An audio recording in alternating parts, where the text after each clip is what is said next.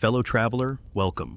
Tonight we walk the narrow cobbled streets of Lisbon, where salt in the air mingles with the scent of roasted chestnuts and the sea's eternal breath.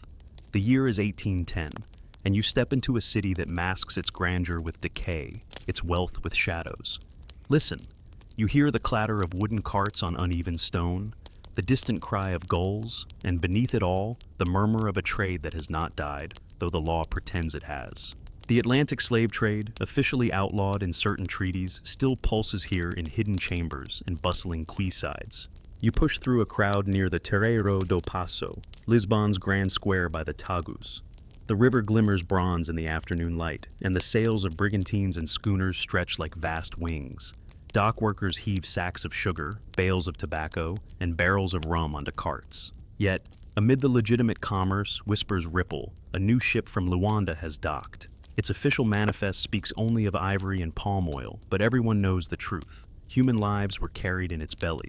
The stench of sweat and fear still clings to its planks, though most passers-by choose not to notice. Lisbon was, by the early 19th century, both an imperial capital and a fading star. Britain pressed Portugal to end the traffic in enslaved Africans, and treaties were signed in elegant salons. Yet corruption thrived in the shadows. Clerks in customs houses took bribes, governors in Angola ignored decrees, and merchants found ways to disguise their cargoes. The law was parchment, the profit was flesh. Step into a tavern near the Alfama, its low ceiling stained by smoke. The room smells of sardines charred over open flame, and cheap wine poured from cracked jugs. Sailors gamble in the corner, shouting in Portuguese, Kimbundu, and Creole. At one table, a broker whispers to a plantation agent bound for Brazil. The talk is coded. 20 barrels of oil really means 20 enslaved men. 3 trunks of cloth refers to women and children. Ink-stained fingers trace figures across a ledger, the candlelight throwing long shadows across their faces. In that flicker, you sense scandal's outline, a network of men who dress as gentlemen in daylight, yet barter in bodies at dusk. Outside, carriages roll toward the Barro Alto, where the wealthy display their fortunes. Women in silk gowns sweep past beggars, their faces veiled, their laughter echoing in the night air. Many of those fortunes, tobacco houses, sugar estates, mansions along the Tagus, were built on African labor across the Atlantic. Lisbon's very stones, polished by centuries of traffic, bore silent witness. The contradictions cut deep. Portugal's crown had once declared itself the guardian of Christendom, carrying the cross overseas. Priests still offered blessings on departing ships. Yet some of those same priests owned shares in voyages, their sermons extolling salvation, while their purses fattened from the traffic. Scandal touched even noble houses, though newspapers rarely dared to name names. Gossip, however, thrived. One rumor in 1815 told of a viscount whose mistress was a freedwoman from Bahia. He flaunted her at masked balls, shocking polite society. Another whispered of magistrates quietly investing in ships outfitted for slaving runs, their names hidden beneath layers of proxies. The city itself seemed complicit. Walk down Rua Nova dos Mercadores at dawn, and you might glimpse chained figures hustled into warehouses before the streets grew busy. Officials called them indentured or servants. Neighbors turned away, but children sometimes pointed, asking questions their mothers silenced with a tug of the hand. The truth lived in the cracks between words. By the 1820s, British patrols prowled the Atlantic, intercepting Portuguese ships suspected of slaving. Some were hauled to Sierra Leone, their human cargo liberated into uncertain futures. Lisbon merchants railed against the interference, claiming sovereignty was at stake. Behind their outrage lay fear, their fortunes at risk. Documents seized from captured ships revealed carefully coded instructions, implicating Lisbon houses of commerce. These leaks fueled quiet scandals, the kind never printed but passed in hushed tones across drawing rooms and coffee houses.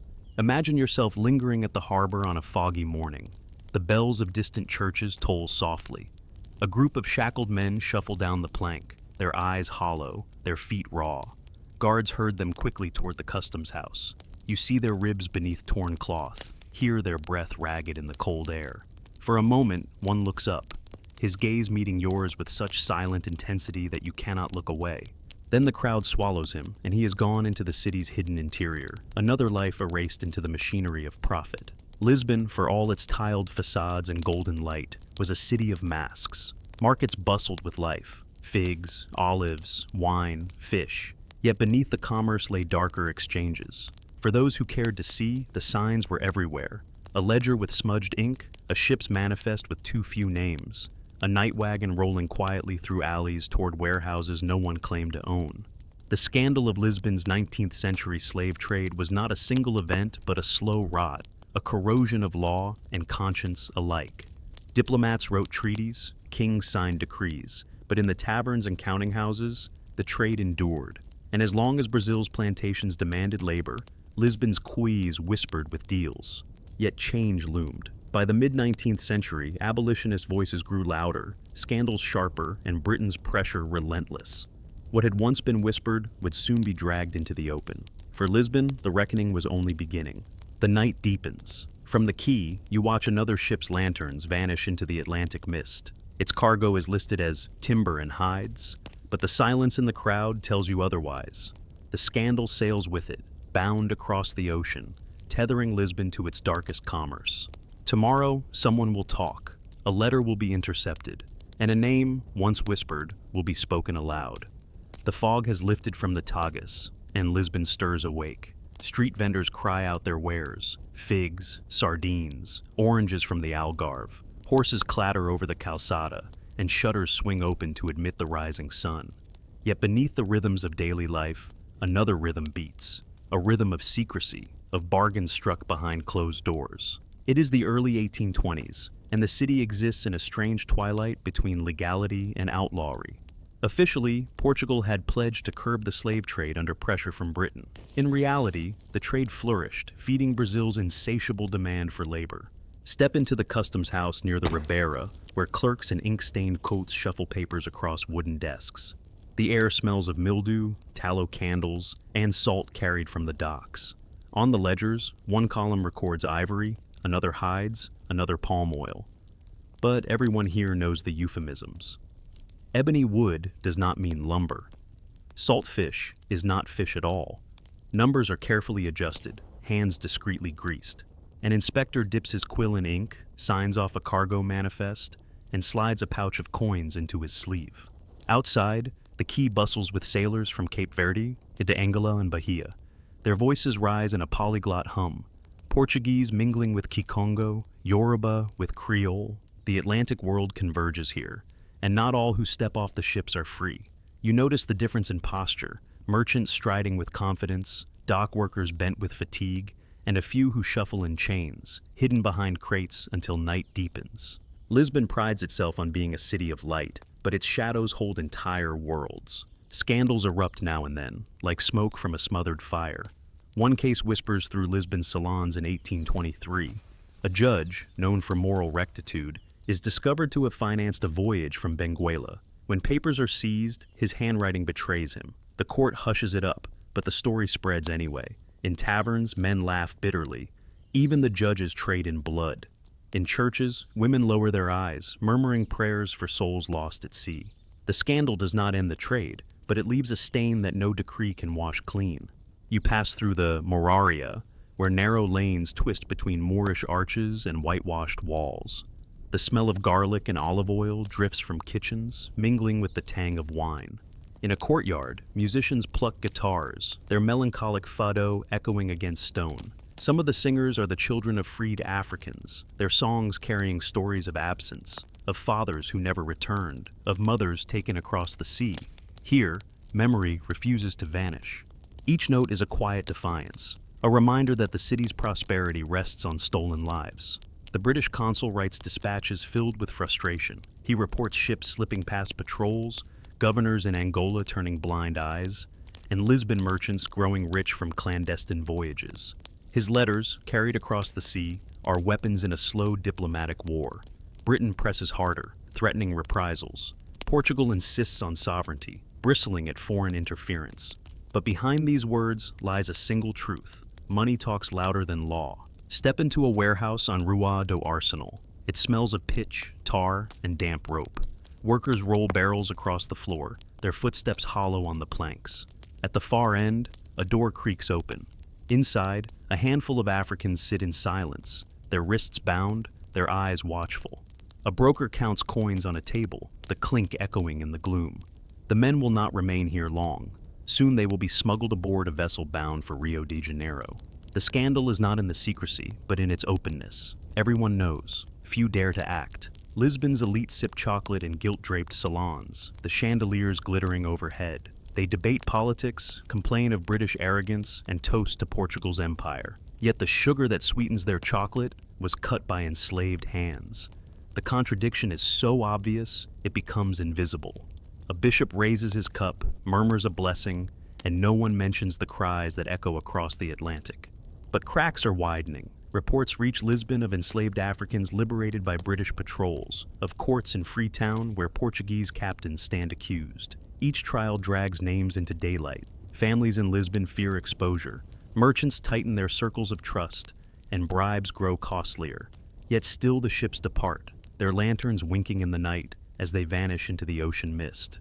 Imagine yourself standing on the Miradoro de Santa Catarina at dusk. The city glows beneath you, tiled roofs, church spires, the vast sweep of the Tagus turning gold. A boy beside you points at a ship setting sail, its hull dark against the horizon. "That one goes to Bahia," he says. His father hushes him, but the boy insists. "They say it carries people." The father grips his shoulder, whispering, "Speak less, listen more." In that silence lies a truth Lisbon cannot bury forever. For now, the scandal simmers, concealed by wealth and silence. But change stirs across the Atlantic. In Brazil, voices of rebellion murmur, and in Lisbon itself, a younger generation questions the old order. The city's grandeur cannot shield it forever. Somewhere in a tavern tonight, a letter is being written. It will cross the sea, be intercepted, and carry with it names powerful enough to shake Lisbon's fragile facade. The year drifts forward to 1826, and Lisbon breathes a restless air. The city is caught between old loyalties and new forces. The streets ring with political slogans, for Portugal teeters on the edge of constitutional upheaval after the death of King João VI. Yet, beneath the grand debates of monarchy and liberalism, the darker traffic continues. The slave trade is both everywhere and nowhere, written out of the law books but inscribed into the rhythms of commerce and daily life. You wander down to the Cais do Sodré, where taverns spill light and music onto the waterfront. Sailors carouse with prostitutes, their laughter mingling with the twang of guitars and the heavy scent of saltfish frying in pans. In the dimness of one corner, a group of men huddle over a ledger. One scratches figures with a quill, another nods, sliding a purse across the table. Their words are indistinct, drowned by the din, but the gestures are unmistakable, contracts sealed in wine and smoke. By day, the same men walk with polished boots and fine coats through the Baixa, the rebuilt heart of Lisbon after the 1755 earthquake. They nod to magistrates, exchange bows with merchants, and pause before churches to cross themselves. Yet behind their civility lies complicity. Records from this period show names of Lisbon's most respected families, linked to ships later seized for slaving. The scandal, when it broke, was not that these men were guilty. It was that their guilt was finally spoken aloud. The British press, hungry for stories of moral superiority, published lurid accounts of Portuguese duplicity. Reports detailed ships captured with hundreds of Africans aboard, their holds reeking of despair. The names of Lisbon merchants appeared in court proceedings in Freetown and Sierra Leone. The news filtered back across the seas, slipping into Lisbon's salons and coffee houses. Here, scandal had a new edge: international humiliation. Walk through Rocio Square at noon.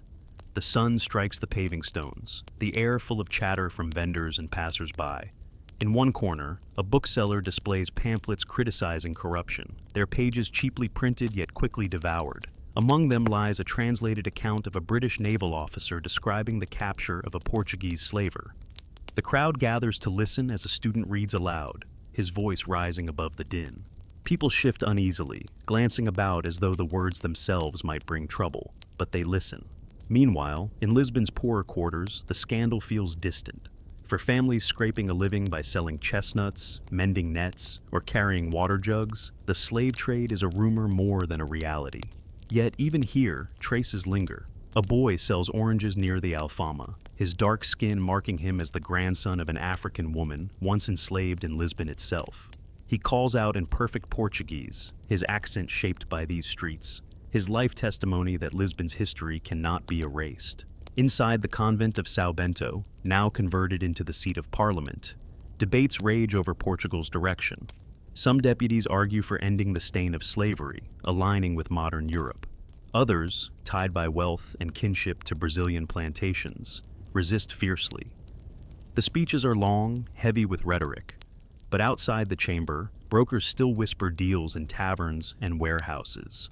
Law wrestles with profit, but profit often wins. Step into a merchant's townhouse along Rua das Janelas Verdes. The drawing room glitters with chandeliers, French wallpaper, and mahogany furniture imported from Brazil.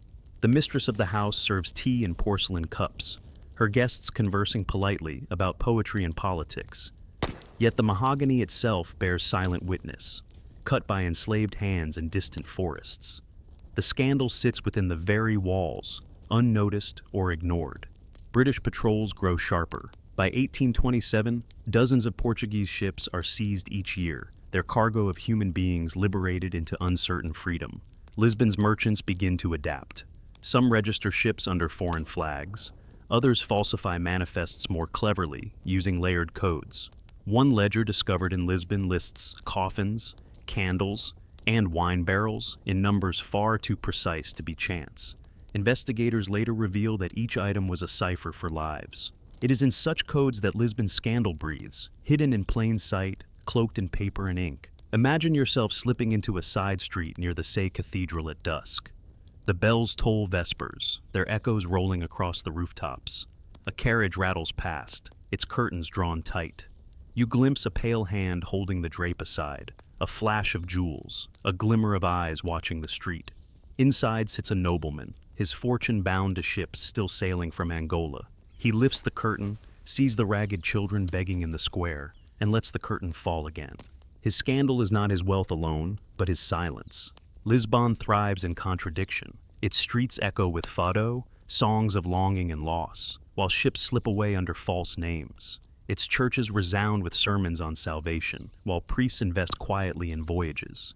Its parliament debates liberty, while shackled men shuffle through warehouses at dawn. The city is a palimpsest, beauty written atop cruelty, light layered over shadow. But scandal has a way of breaking through. A captured letter from a Lisbon broker, sent to Bahia in 1828, reveals names of powerful patrons. The letter circulates among foreign consuls, its contents whispered in diplomatic circles. The men implicated walk the streets as though nothing has changed, but the eyes that follow them are sharper now. Lisbon's facade is cracking. One night, as you stand again on the quay, you watch a ship depart under cover of darkness. Its sails catch the moonlight, glowing white against the black water. The crowd is sparse, but those present exchange glances. Everyone knows, but no one speaks. A silence heavier than words hangs in the air. Tomorrow, perhaps, one of those names will reach the front page of a Lisbon newspaper. And once printed, scandal cannot be recalled. The Lisbon of 1830 hums with contradictions. On the one hand, a city of grand boulevards, tiled facades, and the rhythms of commerce. On the other, a city haunted by whispers of betrayal, profit, and moral decay. Portugal itself is convulsing with civil strife. King João VI is dead. His son Pedro has abdicated in favor of his daughter Maria II, and rival claimants tear the nation in two. Civil war simmers between absolutists and liberals. In this chaos, oversight weakens. Where law falters, shadow trades thrive. You begin at the port, where the masts of ships spike the sky like a forest of timber. The smell of pitch and brine fills your lungs. Dockside workers grunt as they heave barrels into waiting carts. Officially, these barrels are filled with oil, coffee, or salted meat. But a watchful eye notes the unusual guards posted nearby, their nervous glances betraying what lies beneath. At night, wagons roll quietly toward hidden warehouses, their wheels muffled by cloth. Within one such warehouse on Rua de São Paulo, lanterns flicker against damp stone. A merchant in a long coat hunches over a desk, tallying figures by candlelight. Behind him, a door creaks open, revealing a line of Africans, weary and silent, their ankles bound. A broker whispers, "They leave tomorrow." The merchant nods, dipping his quill into ink, recording their presence not as people, but as bundles. The scandal is not only in the cruelty, but in the cold arithmetic, the conversion of human life into ledger lines. Lisbon's coffee houses buzz with rumor. At Martinho da Arcada, near the Praça do Comércio, Gentlemen sip bica from porcelain cups, their talk shifting between politics and profit. A young liberal rails against absolutists, while at the next table a planter from Bahia complains of British patrols. They ruin commerce, he mutters. His companion leans in, lowering his voice. The patrols can be bribed, routes can be shifted. And the conversation dances between politics and scandal, each reinforcing the other. Newspapers walk a narrow line. Some print cautious critiques of corruption, veiled in allegory. One pamphlet describes Lisbon as a theater of masks, where merchants play saints by day and devils by night. Though it never names names, readers understand. The scandal of the trade becomes a scandal of silence.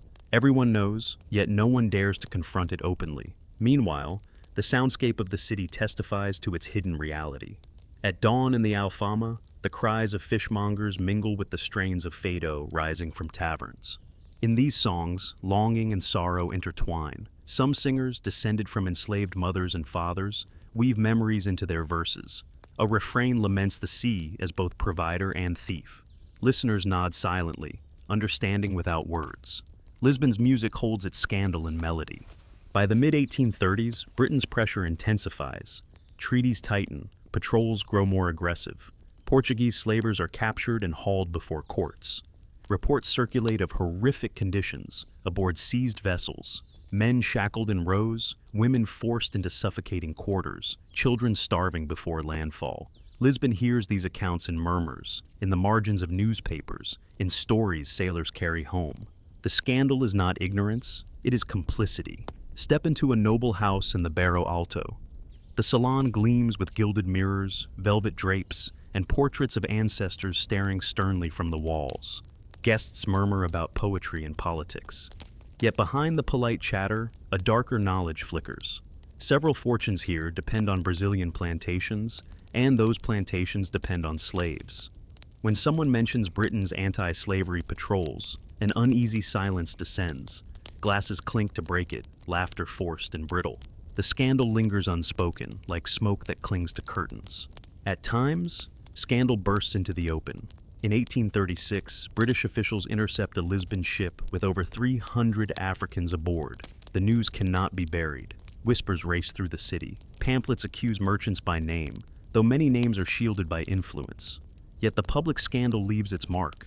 Citizens begin to question not just the trade, but the very moral fabric of the elite. Imagine standing by the Convento do Carmo, its ruined arches reaching into the sky like skeletal fingers. The earthquake of 1755 left it roofless, a reminder of Lisbon's fragility. As dusk falls, the ruins darken, and you sense the weight of history pressing down. The scandals of the slave trade feel like another kind of earthquake, slower, quieter, but eroding foundations all the same. For the enslaved themselves, Lisbon was often only a waypoint.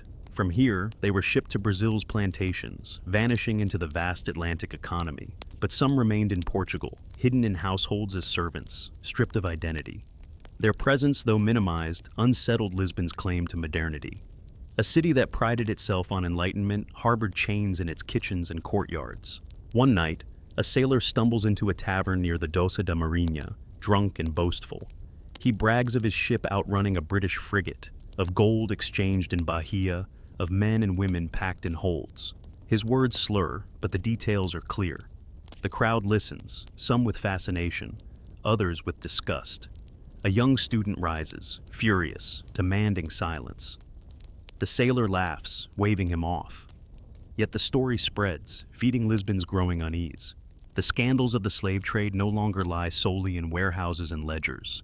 They now seep into public life, into coffee houses, taverns, newspapers, and even songs. The city is beginning to reckon, though slowly, painfully, unevenly. And as Lisbon's civil strife deepens, a new question rises. Will political revolution bring an end to this trade, or only cloak it in new disguises? Lisbon in 1837 carries the scent of upheaval. The city, restless from years of civil conflict, tries to stitch itself back together under the rule of Queen Maria II. Parades of liberal supporters wind through the streets, banners fluttering above them, while priests in black cassocks frown at the sight. The air smells of wax from protest candles and damp stone from a morning rain. Beneath the noise of politics, however, lies the quieter hum of commerce, and with it, the slave trade that refuses to die. You walk the waterfront at Ribeira das Naus, where shipyards still echo with the clang of hammers and the groan of timber being shaped into hulls. The British demand an end to Portuguese involvement in slavery, yet Lisbon's shipwrights continue to build vessels suspiciously suited for long voyages and heavy cargo. The forms are sleek, the holds wide, the designs identical to ships already captured by British patrols. A foreman shrugs when questioned, saying only, "Merchants request what merchants request." His voice is flat, his eyes avoiding yours. Step into a small office near the docks. The room is bare except for a desk, a strongbox, and a crucifix hanging crooked on the wall. A broker in a worn coat pores over documents. His fingers are yellowed from snuff, his nails ink-stained. The papers bear euphemisms: bundles of ebony, seasoned laborers, shipments of colonial wood. Each phrase is a veil, thin enough to see through. When he notices you watching, he closes the ledger sharply, as though sound alone might erase what your eyes have glimpsed. In Lisbon's salons, scandal grows sharper. Stories of captured ships now appear not only in British reports, but in Portuguese pamphlets. A pamphlet titled O Comércio da Morte, The Commerce of Death, circulates quietly. It describes in detail the seizure of a Portuguese brig with over 200 Africans liberated from its hold. The words seer, descriptions of starvation, chains, corpses thrown overboard. The pamphlet shocks some readers, angers others. But above all, it forces Lisbon to confront truths that gossip alone could not sustain. Yet, contradiction rules. In the Barro Alto, wealthy families host glittering soirees. Candles blaze in chandeliers. Violins play minuets, and the air smells of sweet pastries and strong wine. The ladies glide in silk gowns, the men in tailored coats. They speak of reform, of Europe's enlightenment, of Portugal's place in the modern world. And yet, many of the fortunes funding these soirees trace directly to plantations in Brazil, plantations sustained by slave labor. The scandal here is one of polite blindness, of wealth wrapped in civility while its source festers in silence. Among the common people, murmurs stir. In the Moraria, a carpenter grumbles that the merchants grow rich while his wages shrink. "They build houses from gold," he mutters, "while we patch roofs with straw." His neighbor replies bitterly, "That gold comes from chains." These whispers do not yet coalesce into open protest, but they gnaw at Lisbon's conscience. The British Navy continues to patrol. In 1839, reports reach Lisbon of another Portuguese ship seized, its captain tried in Freetown. The scandal deepens, for this captain was known in Lisbon circles, a man who once attended parliament sessions as a guest of a deputy. His disgrace spreads like fire through the city's gossip, his name whispered with both contempt and fascination. Families connected to him grow uneasy, fearing exposure. Imagine yourself in a church on Sunday morning. The air is thick with incense, sunlight piercing through stained glass. The priest preaches of charity, of the Christian duty to love one's neighbor. His voice resonates, solemn and sure. Yet among the congregation sit men whose ledgers hide investments in ships bound for Angola. They bow their heads, cross themselves, and leave with consciences untouched. Outside, a beggar kneels by the door, ignored by the very hands that claim to pray for mercy. The hypocrisy is as palpable as the incense. Lisbon's architecture bears the contradictions, too. Along Rua Garrett, elegant shops display French fabrics and imported goods, their windows gleaming. Yet in the alleys behind them, warehouses hold the tools of a darker trade: chains, shackles, provisions for voyages. The polished front masks the rotting beams behind. For the enslaved themselves, Lisbon was both prison and passage. Some were hidden in houses as servants, living lives of quiet erasure. Others were transshipped to Brazil, their fates vanishing into the Atlantic's vast silence. Yet some voices endured. In the Alfama, songs carried traces of African rhythm, words in Creole slipped into lullabies, memories stitched into Lisbon's cultural fabric. The scandal was not only exploitation, it was the theft of memory itself. One evening you stand at the Miradouro da Graça, the city spread below in twilight. The Tagus glimmers, dotted with ships preparing to sail. A child beside you asks his mother why the soldiers guard certain warehouses. She pulls him close, whispering, "They protect things not for children's eyes." Her answer is evasive, but her tone betrays unease. Scandal has seeped into daily life, into the very language parents use to shield their children. As the 1840s approach, Lisbon's secrets grow heavier. Each intercepted letter, each seized ship, each pamphlet tightens the noose around the city's conscience. But still the trade persists, woven so deeply into profit and power that it resists the pull of reform. Somewhere tonight, in a warehouse by the river, a candle gutters out as a broker seals a deal. The ink is fresh, the ledger closed. But outside, the world grows less willing to let Lisbon's shadows remain hidden. Tomorrow, another scandal will break, and this time, it may strike closer to the city's beating heart. Lisbon in the early 1840s feels like a city walking a tightrope, balancing modern aspirations with ancient sins. Gas lamps now glow along principal streets, their pale light casting long shadows on tiled facades. Opera houses stage Italian arias, newspapers debate constitutional reforms, and shop windows gleam with Parisian fashions. Yet behind these signs of modernity, the slave trade endures, clinging like mildew to the city's very stones. At the docks, the air smells of tar, tobacco, and salted cod. Ships roll gently on the tide, their rigging creaking in the morning breeze. Some vessels are legitimate traders, their holds packed with cork, olive oil, or port wine. Others, however, bear hidden compartments, strengthened beams, and water casks large enough to sustain human cargo. Workers whisper of these ships in low voices, calling them navios fantasmas, ghost ships, for they depart by night and vanish into the Atlantic mist. Step into the office of a shipping magnate near the Praça do Comércio. Maps line the walls, red pins marking routes from Angola to Bahia, Mozambique to Rio de Janeiro. A polished desk gleams beneath stacks of ledgers, each entry cloaked in euphemism. A clerk bends over one, recording timber and salt meat in neat script. The magnate nods approvingly, his signet ring catching the light as he stamps the page. When you glance closer, the numbers betray him. Impossibly large quantities, coded signals that stand for men, women, and children. Here, scandal breathes in ink and wax. By now, Lisbon's citizens are not ignorant. Reports of intercepted slavers, their human cargo liberated in Sierra Leone, circulate widely. In 1842, British patrols seized several Portuguese vessels in a single month. The Lisbon Diário do Governo carries cautious notices, avoiding detail, but foreign newspapers spread the stories with lurid precision. At coffee houses, men murmur angrily about British interference, while others lower their voices to ask, whose names were in those papers? Scandal is no longer rumor, it is exposure, raw and unavoidable. Meanwhile, the soundscape of the city tells its own story. In taverns, fado singers voice laments that weave together love, loss, and longing for far-off lands. One verse, half in Portuguese, half in Creole, speaks of the sea-stealing brothers and never returning them. The audience listens in silence, wine glasses untouched. For some, the song is merely sad. For others, it is a wound laid bare. The scandal hides in plain hearing, masked as melody. Lisbon's elite attempt to shield themselves. In drawing rooms hung with velvet drapes, they speak of colonial commerce, never slaves. They refer to labor supply, never human cargo. Their language grows ornate, evasive, a theater of denial.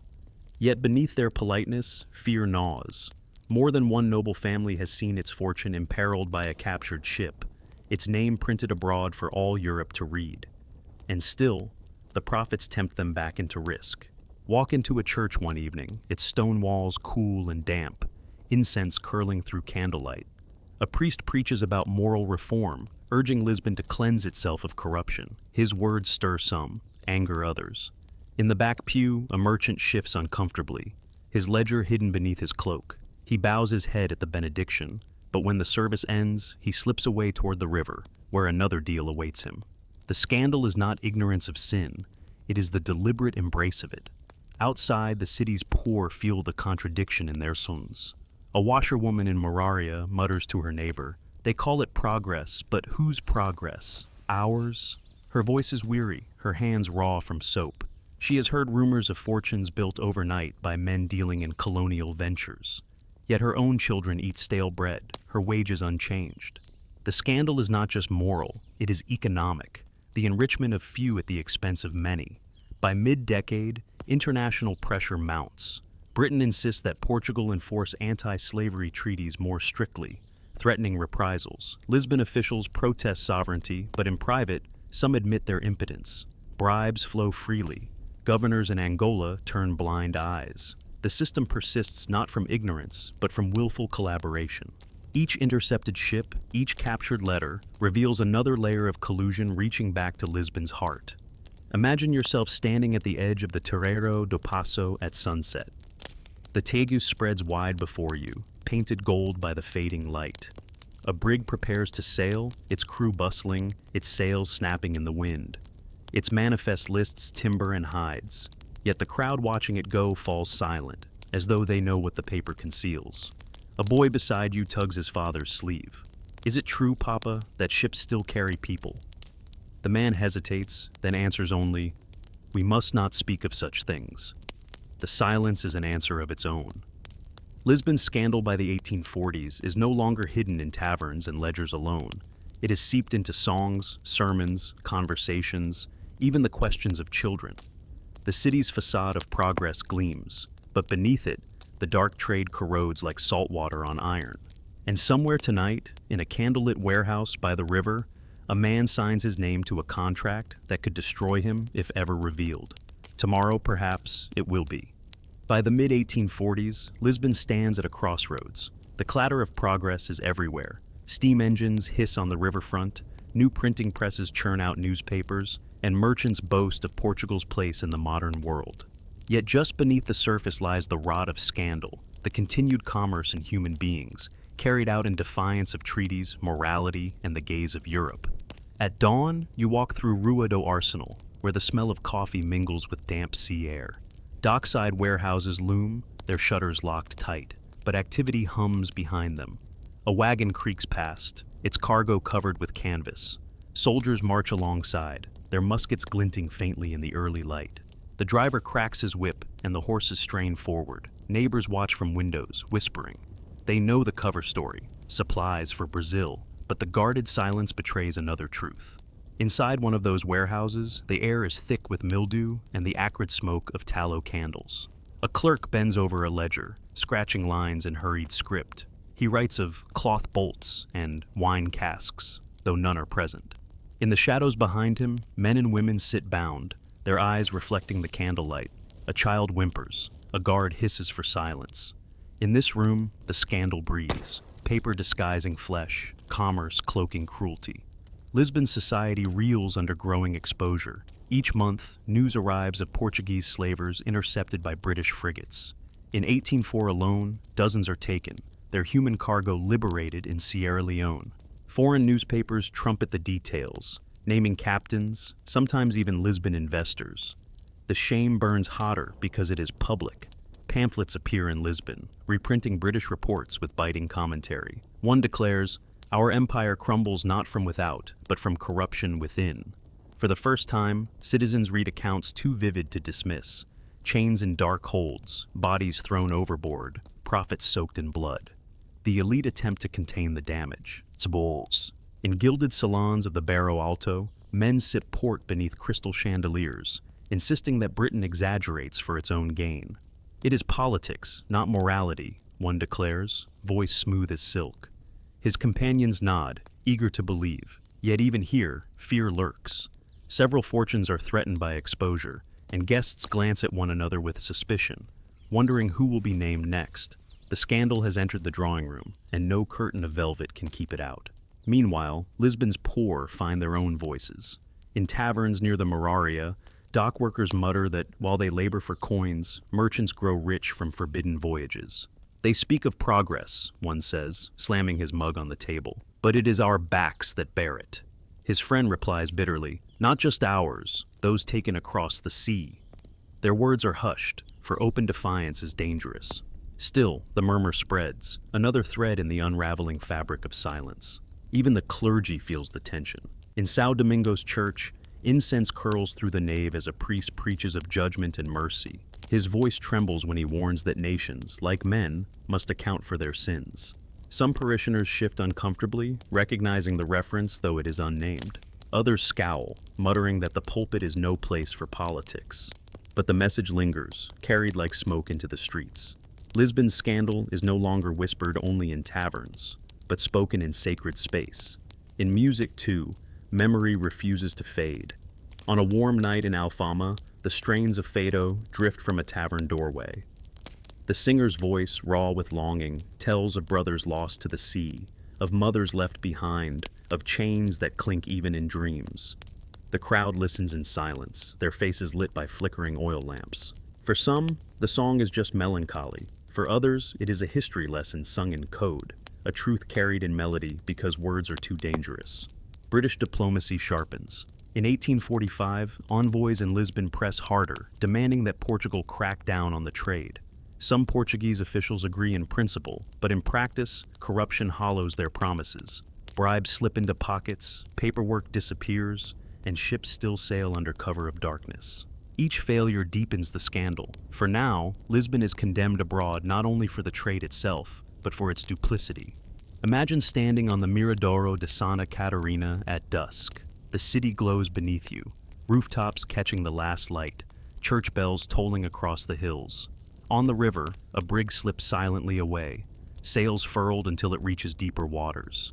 You watch its lanterns dwindle, then vanish. A man beside you whispers, "They say it carries timber." His tone is ironic. You both know the truth, but neither says more. Silence itself has become Lisbon's greatest scandal. The city cannot balance forever. With each intercepted ship, each exposed ledger, each whispered song, the walls of secrecy weaken. Lisbon is a city gilded by light, but its foundations are cracking. And somewhere tonight, a letter is being penned. One that will expose not a mere captain, but a noble name tied to the darkest commerce of all. By the late 1840s, Lisbon feels unsettled, as though the very stones of the Baixa quiver with unease. The great earthquake of 1755 had left scars that still define the city's shape, but now another kind of tremor runs through its streets. The pressure of scandal, the threat of exposure. Reformists grow louder, Britain grows harsher, and whispers of abolition seep into every conversation.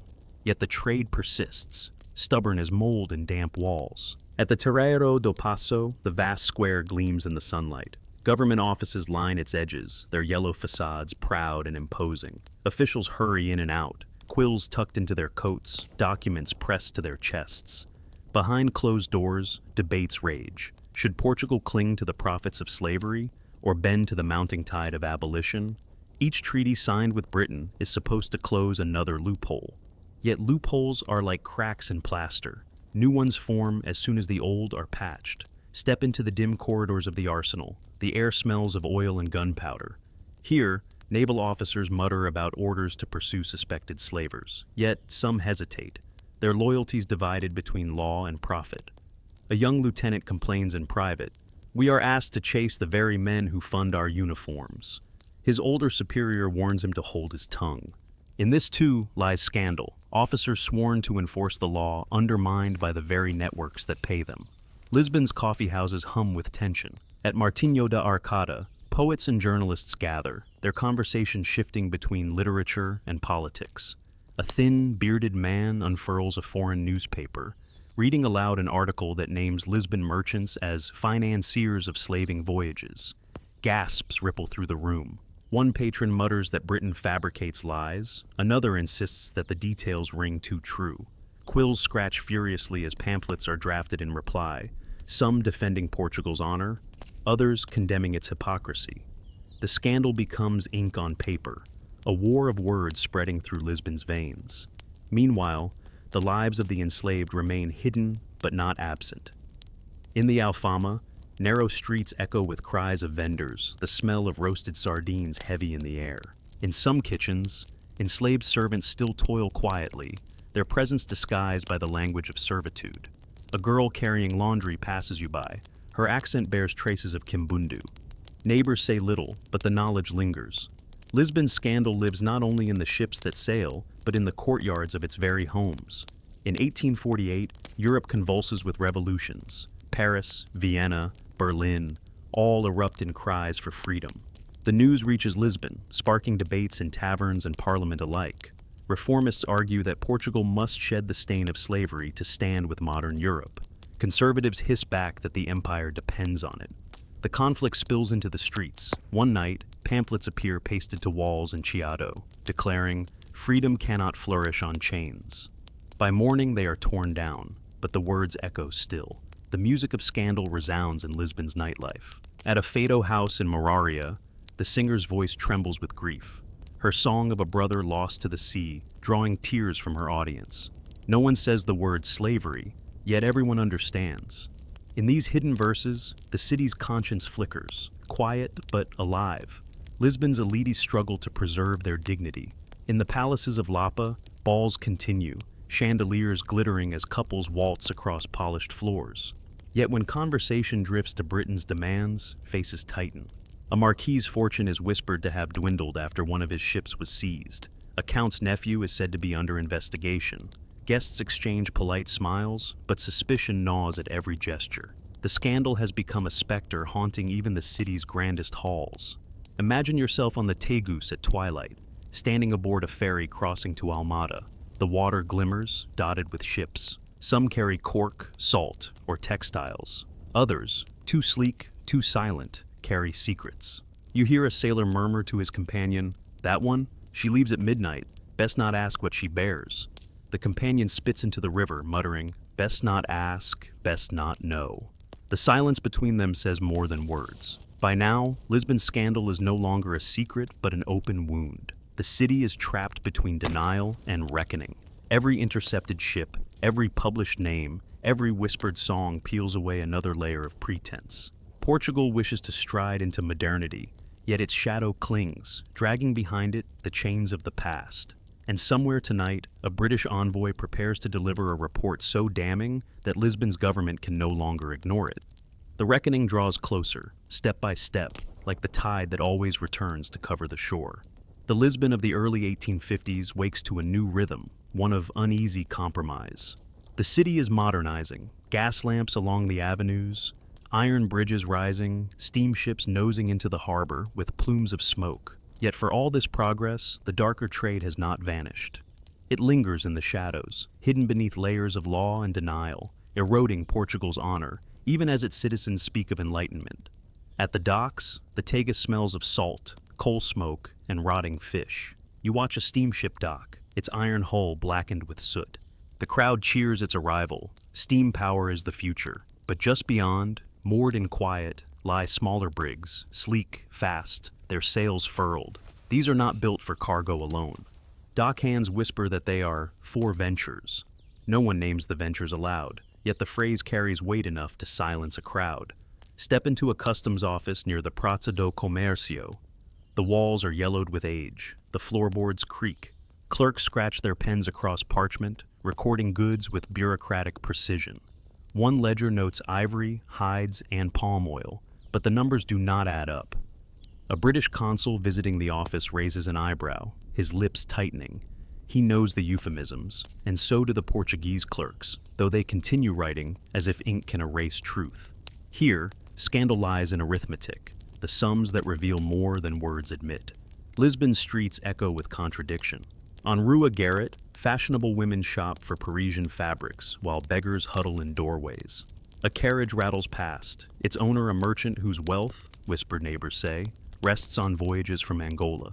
Yet his name appears also in newspapers, funding charitable works for orphanages. This is the paradox of Lisbon's scandal. The same hand that signs contracts for ships also gives alms at church. By 1851, international scrutiny sharpens. Britain's navy has grown relentless, seizing Portuguese ships with increasing frequency. The reports filter back, splashed across European papers. One article describes in grim detail the discovery of 400 captives aboard a Lisbon-owned schooner, their suffering made public for all of Europe to read.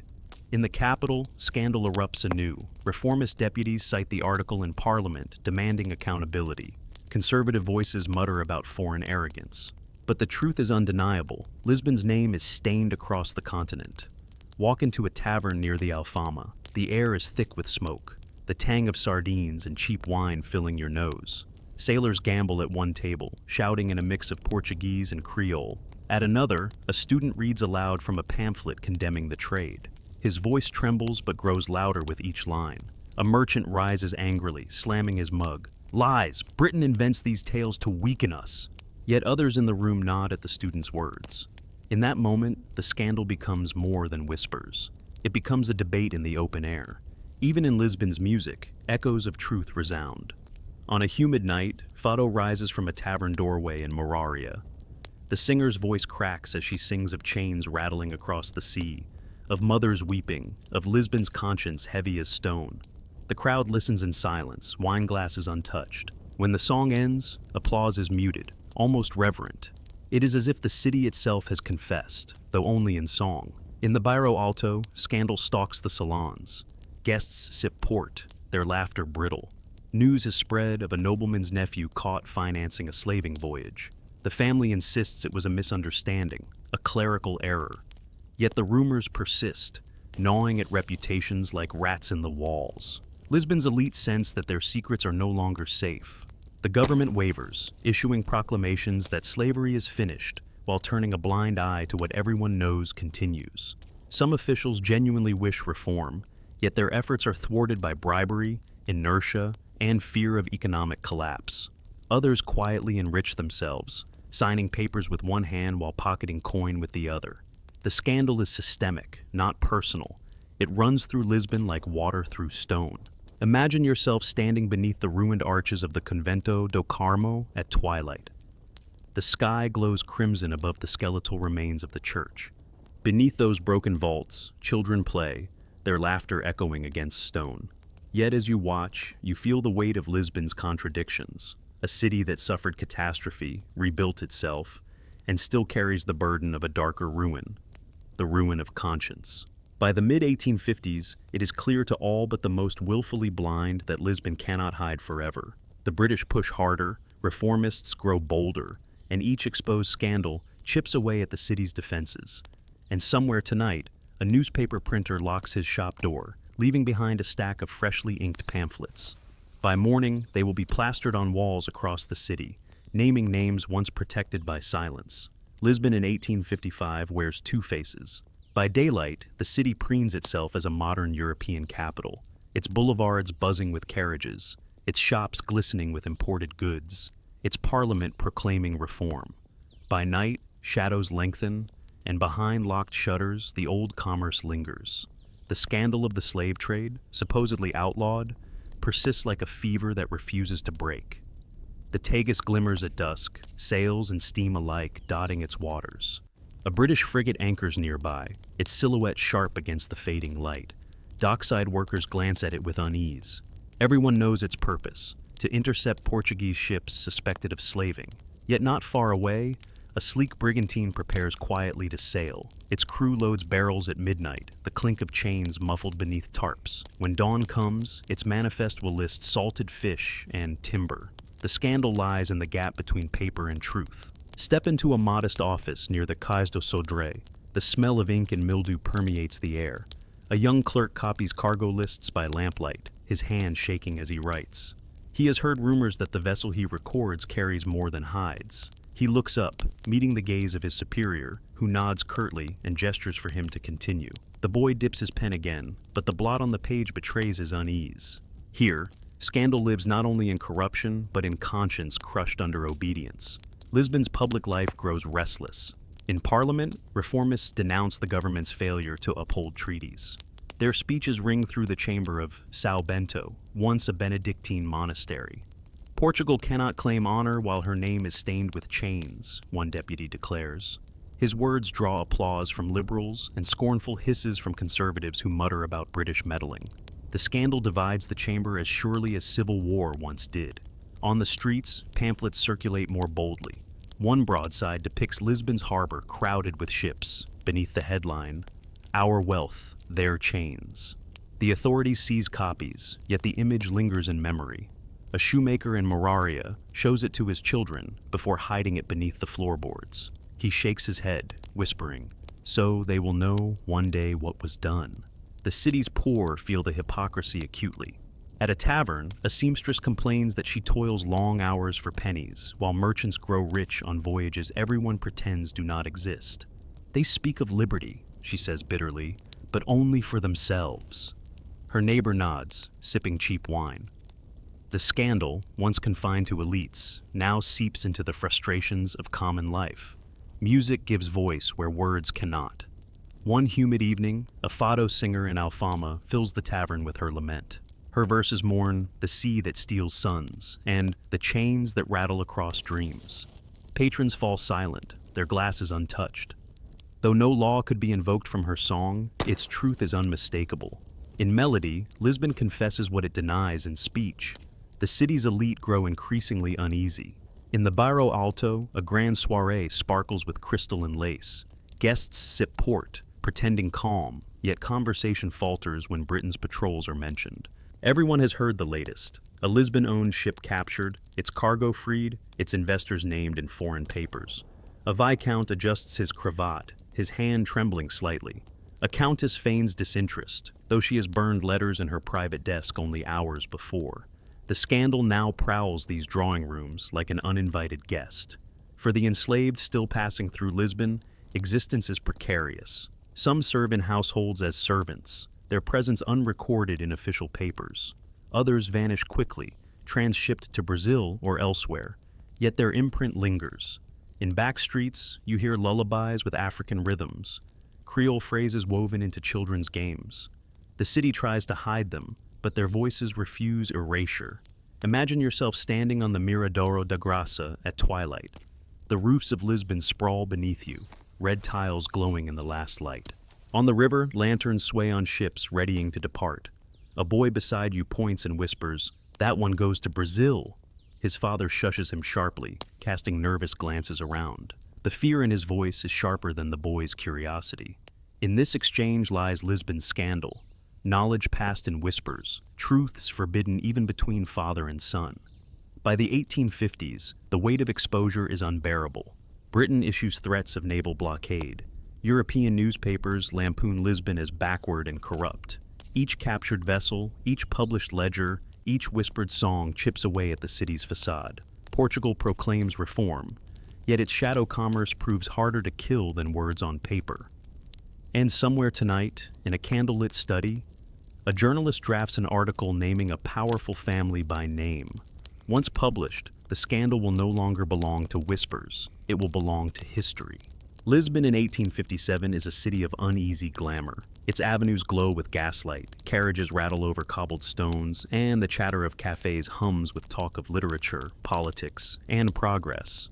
Yet beneath the surface, Lisbon trembles with scandal. The trade in enslaved Africans, officially outlawed, internationally condemned, still clings to life in shadowed warehouses and secret contracts. The contradiction poisons the city's reputation abroad and corrodes its conscience at home. On a damp morning, the Tagus lies veiled in mist. Dock workers haul crates, their breath steaming in the cold air. A ship prepares to sail for Brazil. Its manifest lists cork, wine, and textiles, but the guard stationed nearby tell another story. Their eyes scan the crowd nervously, hands on musket butts. Everyone watching knows that wine barrels is a code. The scandal is no longer hidden in obscurity. It exists in the tension of what is seen but not spoken. Step into a counting house on Rua Augusta. The room smells of ink and damp wool. Ledgers are stacked high, bound in cracked leather. A merchant dips his pen, carefully noting shipments under false categories. Across from him sits a notary, expression blank, signing papers that he knows are lies. A crucifix hangs above them, but its presence offers no rebuke. When the merchant closes the book with a decisive snap, you feel the weight of denial settle like dust. Lisbon's parliament wrestles openly with the scandal. In 1858, reformist deputies demand strict enforcement of treaties. One, his voice echoing in the chamber of São Bento, declares, "We are mocked abroad as hypocrites. Portugal must choose between honor and disgrace." The conservatives reply with heated rhetoric about sovereignty and the empire's survival. Their speeches thunder with patriotism. But in truth, many have kin invested in slaving voyages. The chamber resounds with applause and jeers, but beneath the noise lies paralysis. In coffee houses, the debate spills over. At Martinho da Arcada, a journalist reads aloud a translated British article describing Portuguese ships captured with hundreds of enslaved aboard. Some listeners shake their heads in shame. Others dismiss it as foreign slander. A student slams his cup down, crying, "If this is false, why do they name our merchants?" His challenge cuts the air. Silence follows, broken only by the scrape of chairs as patrons leave rather than confront the truth. Meanwhile, Lisbon's poor see scandal in their own ways. In the Moraria, Washerwomen gossip as they scrub clothes in communal basins. One whispers that her cousin's husband vanished after investing in a voyage that never returned. "He lost everything," she mutters. "And for what? Blood money?" Her neighbor spits into the water, replying, "That is justice." Their voices are low, but their bitterness is sharp. For them, scandal is not abstract. It is ruin woven into daily survival. Music again gives the city its conscience. In a smoky tavern, a fado singer raises her voice, mourning a child taken across the sea, a mother's hands left empty. Her song trembles with pain, carrying echoes of African rhythms. Patrons bow their heads, listening. No decree can silence her melody. No ledger can erase her truth. The scandal reverberates not just in politics, but in Lisbon's very soundscape. The elite, once confident, grow uneasy. At a ball in the Bairro Alto, chandeliers blaze. Couples whirl across parquet floors. Yet conversations stumble when someone mentions the latest British seizure of a Portuguese vessel. A countess feigns indifference, but her fingers tighten on her fan. A marquis mutters that slander is worse than war, though his voice shakes. The scandal has breached their walls of silk and gold. Even amidst music and laughter, it prowls the room unseen. In the Alfama, evidence lingers in plainer sight. Some households still keep servants who are never paid, their origins unspoken. A boy delivers water jugs up a steep alley, his skin dark, his Portuguese inflected with kimbundu. Neighbors glance but say nothing. His presence is both ordinary and extraordinary, an embodiment of Lisbon's hidden truth. The scandal does not merely sail away on ships, it walks the streets each day. Imagine yourself on the Miradouro de Santa Catarina, the river spread wide below. The sun sets, painting the Tagus in gold. A merchant leans on the railing beside you, speaking softly. "It is ending," he says. "Britain presses too hard, the risks are too high." Yet his sigh is not relief, but regret, as though a fortune is slipping from his grasp. His words reveal the city's divided soul, half yearning for respectability, half mourning profit lost. By the end of the 1850s, Lisbon stands exposed. Each intercepted vessel, each published account, each whispered song chips away at denial. The world watches, and Portugal's name grows tarnished. Reform is inevitable, yet resistance persists. The scandal, once whispered, now presses heavily on every street, every chamber, every song. And somewhere tonight, in a smoky cafe, a young journalist dips his pen in ink. His article will name not just merchants, but politicians, implicating the highest offices. When it prints, Lisbon will not be able to look away. Lisbon in the early 1860s stands on the threshold of reckoning. The city has grown more modern, its avenues crowded with trams, its shop fronts filled with French fashions, its intellectuals boasting of progress and liberty. Yet the shadow of the slave trade still clings to its alleys and quaysides, defying the very ideals Portugal proclaims. The scandal has shifted from whispered rumor to undeniable fact, carried across Europe in dispatches, pamphlets, and diplomatic correspondence. At the Terreiro do Paço, government ministers stride through echoing corridors, their heels clicking against marble floors. The air smells faintly of ink and damp stone. On the tables lie treaties, decrees, and reports from consuls abroad. One folder bears the mark of the British Embassy, a list of Portuguese ships recently seized, their captains imprisoned, their cargo freed. The names are familiar: merchants who fund Lisbon's theaters, patrons of the arts, donors to orphanages. Ministers frown, mutter, and close the folders quickly, as though hiding the words will erase them. But the scandal presses harder now, leaving no room for denial. Step into the newsroom of O Século, one of Lisbon's emerging voices in print. The space is cramped, heavy with the smell of ink and hot metal from the presses. Reporters argue, quills scratching furiously. One insists they must publish the names of financiers tied to slaving voyages. Another warns that such exposure could provoke lawsuits, or worse, violence. Their editor paces, torn between integrity and survival. Finally, he declares, "The city already knows. We must print what it dares not say aloud." The presses thunder to life, spitting out sheets that will plaster taverns and cafes by dawn. The scandal, once veiled, becomes ink on paper, impossible to silence. On the waterfront, dockside life continues with its grim rhythm. Crates of cork, barrels of wine, and bolts of cloth move steadily onto ships. Yet wagons still roll by night, guarded and silent.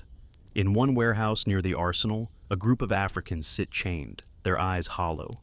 A broker counts coins by lantern light, muttering figures that sound more like curses. He knows the risks: Britain's navy, abolitionist journalists, even Lisbon's own reformists. Yet the profits glimmer too brightly. In his greed lies the essence of Lisbon's scandal, the refusal to abandon what has already been condemned. In the Alfama, music speaks where politics fails. A fado singer, her voice husky with smoke, sings of ships that never return, of brothers lost across the ocean, of chains that rattle even in dreams. Her verses slip into Creole, carrying echoes of Angola and Cape Verde. The tavern falls silent, patrons moved yet fearful. One man mutters, "Careful, songs carry truth too far." But the crowd knows. The scandal lives in their own streets, their own memories, their own bloodlines. Meanwhile, Lisbon's elites host glittering salons in the Bairro Alto. Chandeliers blaze, and pianists perform Chopin while couples glide across parquet floors. Yet when news arrives of another Portuguese ship seized by Britain, conversation falters. A marquis mutters that foreign powers exaggerate. A countess insists that Portugal has ended the trade long ago, but eyes dart uneasily. Too many fortunes are entwined with the old commerce. Too many letters lie hidden in private desks. In these salons, scandal hovers like perfume, sweet, pervasive, impossible to wash away. Among the poor, resentment sharpens. A fishmonger in Moraria curses as he mends his nets. "They speak of liberty," he growls, "but they fill their pockets with chains." His neighbor, a washerwoman, spits into the gutter, and they wonder why the city rots. For them, the scandal is not abstract diplomacy, but a daily bitterness, proof that wealth is built on suffering, while poverty bears the cost. Parliament grows louder with conflict. Reformists demand stricter enforcement, citing not only morality, but national honor. "We are mocked in Europe," one deputy thunders. "Our treaties mean nothing, while our ships sail with chains." Conservatives counter that Portugal cannot sacrifice its empire to foreign interference. Their words echo in the chamber, but outside, the tide of scandal rises higher than rhetoric. Imagine yourself at the Miraduro da Senhora do Monte at twilight. The city sprawls beneath you, roofs glowing red in the last light, the Tagus shimmering as ships depart. A British warship looms at anchor, a silent threat against the horizon. Beside you, a young couple whispers. The man shakes his head, saying, "They say it is finished, but still the ships sail." The woman replies softly, "Then one day they will drag us all down with them." Her words linger, as heavy as the dusk settling over Lisbon. By the 1860s, the scandal of the slave trade is no longer Lisbon's hidden shame. It is its defining contradiction. The city claims progress, yet clings to a commerce condemned by conscience and law alike. Each day, the walls close tighter, and somewhere tonight, in a British embassy office, a report is being drafted for London, one that names Lisbon not as a fading accomplice, but as a central player in the darkest trade of the age. Lisbon in the mid-1860s stands uneasy beneath the weight of its own contradictions. Railways spread outward, linking the city more tightly to the provinces. Telegraph wires hum, carrying news faster than ever before. Parliament debates liberal reforms, and intellectual circles boast of Portugal's place among Europe's civilized nations. Yet behind this veneer, the stain of the slave trade remains, haunting Lisbon's conscience and reputation alike. At the docks, the air reeks of coal smoke, fish, and tar. Steamships dominate now, their iron hulls gleaming in the sun. Yet tucked among them are smaller schooners and brigs, suspiciously well suited for speed. Dockhands glance at them warily. A sailor mutters, "Not all chains are forged of iron. Some are forged of gold." His words hang heavy, carrying the bitter knowledge that money still fuels voyages better left unnamed. Step inside a shipping office near the Alfândega. The room smells of dust, paper, and stale tobacco. A ledger lies open, its pages filled with euphemisms: timber, cloth, salted fish. The merchant, running his finger along the lines, knows perfectly well what each word disguises. He pauses, sighs, then signs his name anyway. The ink glistens in the lamplight like fresh blood. Outside, a clerk waits nervously, aware that this document could ruin them if ever seized. In the simple act of signing lies Lisbon's scandal, the persistence of denial dressed in bureaucracy. The newspapers, emboldened by the age of faster communication, grow bolder. In 1865, O Século prints an article reprinting British records of a Portuguese ship intercepted with hundreds of captives. The piece names investors in Lisbon, and though officials attempt to suppress it, the article spreads quickly. Pamphlets reprint the names, taverns buzz with gossip, and even in drawing rooms, guests whisper nervously. For once, scandal cannot be swept aside. It has entered the bloodstream of the city. In a coffeehouse in Chiado, the debate flares. Students slam their cups down, accusing Portugal's leaders of hypocrisy. "We build railways and telegraphs, yet we still trade in chains," one exclaims. An older merchant bristles, retorting, "Without that trade, Brazil would starve, and so would our city." His words draw murmurs, but the students' challenge lingers. The scandal has become generational, with the young unwilling to accept the silence of their elders. Even the clergy cannot entirely avoid the shadow. In São Roque Church, the gilded altars shine in candlelight as a Jesuit priest preaches against corruption. His sermon skirts the word slavery, but condemns profits bought in blood. Parishioners shift uneasily. Some bow their heads, others frown.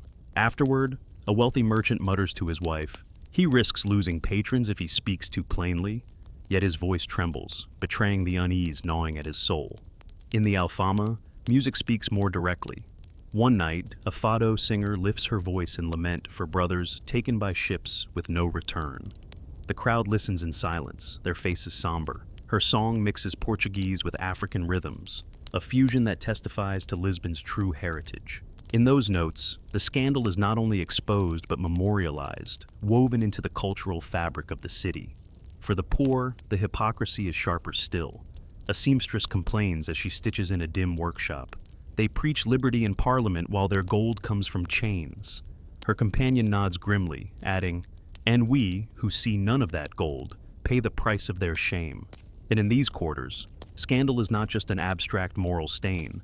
It is a daily injustice, a bitter truth etched into lives of poverty.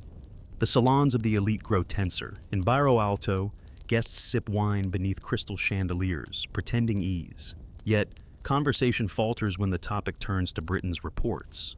A marquis insists that Lisbon's role has been exaggerated. A countess changes the subject, her smile brittle. A young aristocrat, emboldened, blurts, "But if it is false, why do our ships keep being caught?" The room falls silent. Eyes turn toward him, then quickly away. Scandal now creeps even into the guarded sanctuaries of privilege. Imagine yourself on the Miradouro de São Pedro de Alcântara at dusk. Below, the city glows, rooftops red, churches white, the river bronze in the fading sun. Ships drift on the Tagus, their lanterns winking. Beside you, two men argue quietly. One insists the trade is over, the other scoffs, pointing toward the horizon where a schooner slides into shadow. "If it is over," he whispers, "why do they still sail at night?" His words cut deeper than any speech in Parliament. By the mid-1860s, Lisbon cannot escape its own reflection. The world sees the city as both beacon and betrayer, modern capital and accomplice to slavery. The scandal is no longer just rumor. It is history unfolding, undeniable and heavy as stone. And somewhere tonight, in a private cabinet, a government minister holds a letter from London warning of harsher measures to come. His hands tremble as he folds it, for he knows Lisbon's secrets are nearly spent, and the reckoning approaches like a tide that will not turn back. Lisbon in the late 1860s feels poised between dusk and dawn. The city gleams with symbols of modernity, railways stretching across the land, factories rising along the Tagus, telegraph lines binding Portugal to Europe. Yet its reputation remains tethered to an older shame.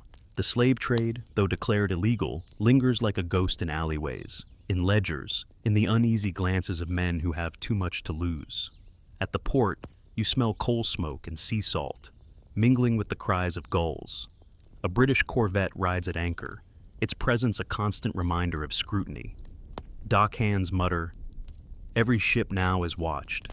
Yet, by night, vessels still slip from Lisbon's quays, their lanterns dimmed, their holds prepared for more than timber or hides. The scandal breathes in these departures, concealed but never absent.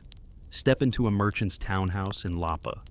The drawing room glitters with chandeliers, porcelain vases, and velvet chairs. Guests sip sweet Madeira while debating politics. The host speaks proudly of Portugal's progress, gesturing toward the piano where a young woman plays Chopin. Yet in his study lies a locked desk filled with letters, contracts with Brazilian planters, coded references to cargo that is not wood. The contradiction is stark. Refinement in public, shadows in private. Lisbon's scandal dwells in this duality. In Parliament, reformist deputies press harder. They wave British reports of captured Portuguese vessels, demanding answers. "We are the last in Europe to bear this disgrace," one shouts across the chamber. His opponent thunders back, "We are sovereign. Shall we bow forever to London?" The chamber roars with jeers and applause, but the divisions are clear. Reformists sense the tide of history. Conservatives cling to profit and pride. The scandal is debated openly now, though solutions remain elusive. Lisbon's cafes teem with gossip. At a Brasileira, intellectuals and students huddle over coffee, their voices urgent. One quotes a pamphlet declaring Portugal the empire of denial. Another slams his fist on the table, muttering, "Denial is what feeds us." A silence follows, broken only by the scrape of cups. The scandal is not just moral, it is economic, entwined with the city's very survival. In Moraria, the poor absorb the contradictions with weary bitterness. A cooper sharpening his tools grumbles, "They talk of liberty, yet sell chains." His neighbor, a washerwoman, shakes her head, "And still we starve while they grow fat." For them, scandal is not abstract. It is another injustice in a life already marked by hardship. At night, music gives the city its truest voice. In Alfama, a fado singer leans into her song, her voice rough with sorrow. She sings of ships that vanish, of sons stolen, of mothers waiting in vain. Her melody rises and falls, haunting the narrow streets.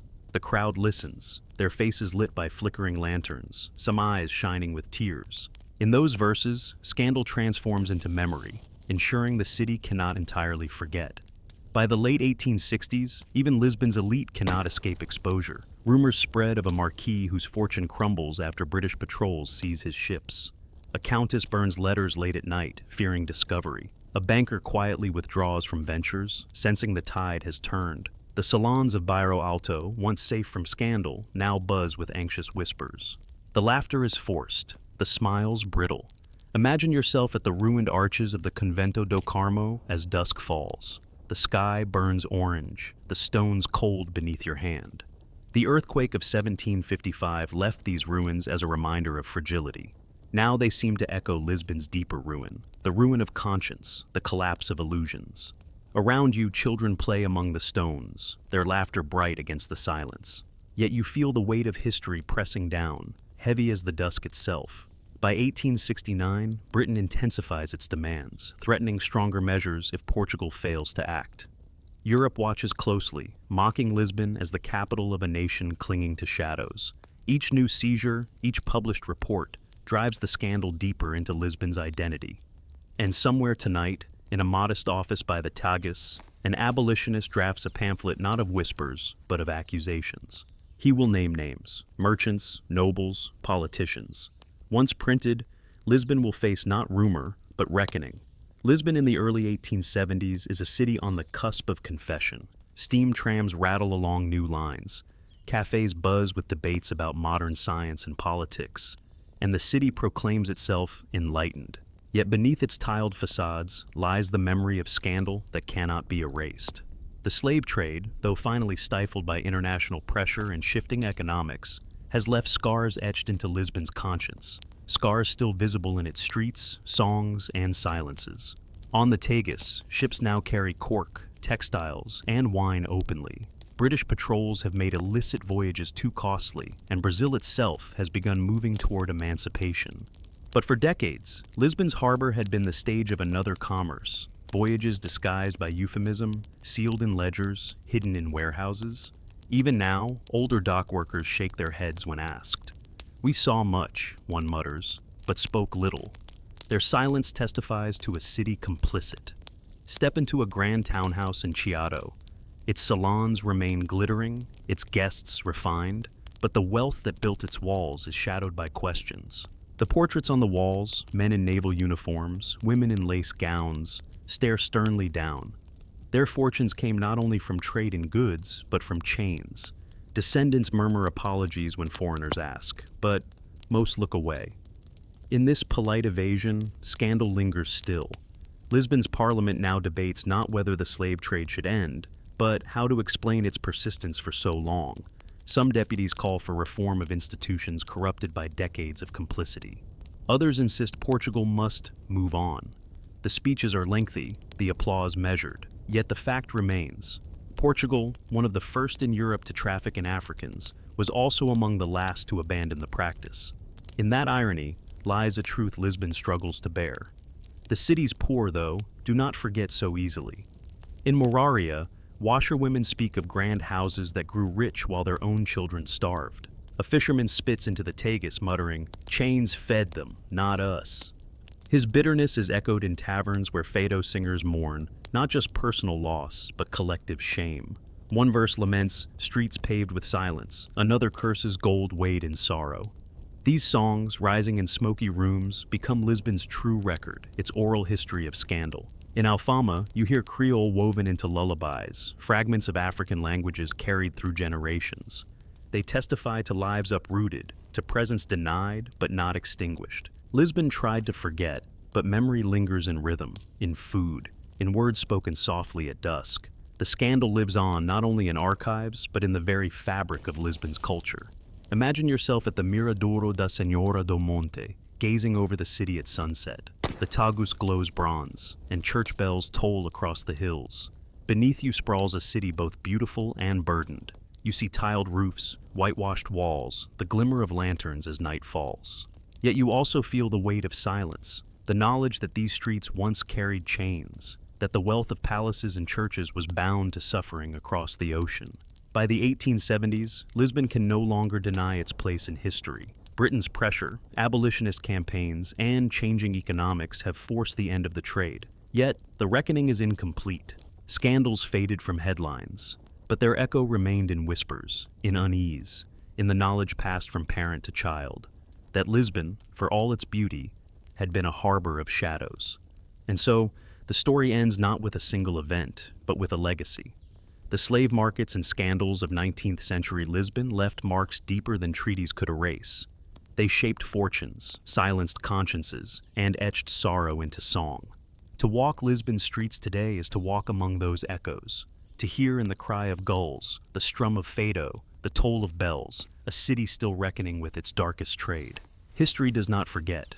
It lingers in stone, in sound, in silence. Lisbon carries that burden still, a reminder that progress cannot erase what was built on chains.